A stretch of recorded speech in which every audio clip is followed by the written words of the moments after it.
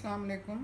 आज मैं आपको फ़्रेंच टोस्ट बनाने की रेसिपी बताऊंगी। ये बच्चों और बड़ों दोनों को इक्वली पसंद होते हैं और ख़ास तौर पे नाश्ते में बच्चे बड़े शौक़ से खाते हैं।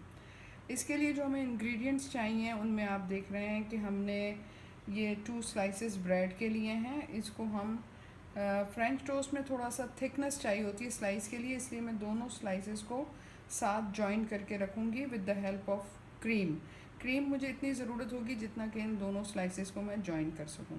बाकी इंग्रेडिएंट्स में जो चीज़ें शामिल हैं वो मैंने लिया है मिल्क, 3/4 कप मिल्क है, 4 tablespoon sugar, 1 teaspoon vanilla essence, 1 pinch मैंने लिया है सिनेमन पाउडर का और 2 अदद अंडे लिए हैं मैंने।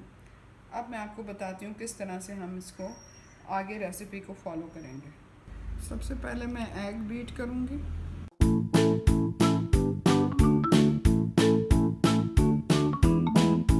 करने के बाद अब मैं नेक्स्ट आइटम इसमें मैंने ये शुगर डाल दी, मिल्क ऐड किया, सिनेमन पाउडर और ये है वनीला। अब मैं फिर से बीट करूँगी इनको। मैं दोनों स्लाइसेस के बिटवीन क्रीम लगाऊंगी क्योंकि हमने इनको जॉइन करके और फिर हमने कवर करना है इसको फ्रेंच टोस्ट के मिक्सचर से।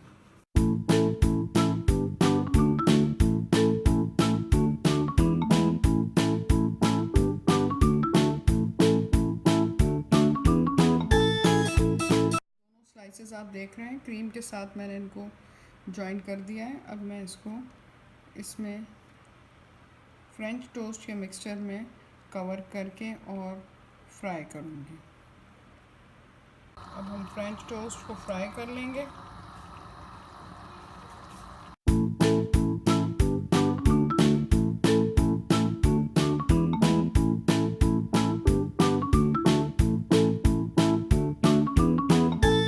अच्छी तरह पकाने के लिए आप थोड़ा सा फ्राइंग पैन को इस तरह से मूव करें ताकि अच्छी तरह से स्लाइस फ्राई हो जाए।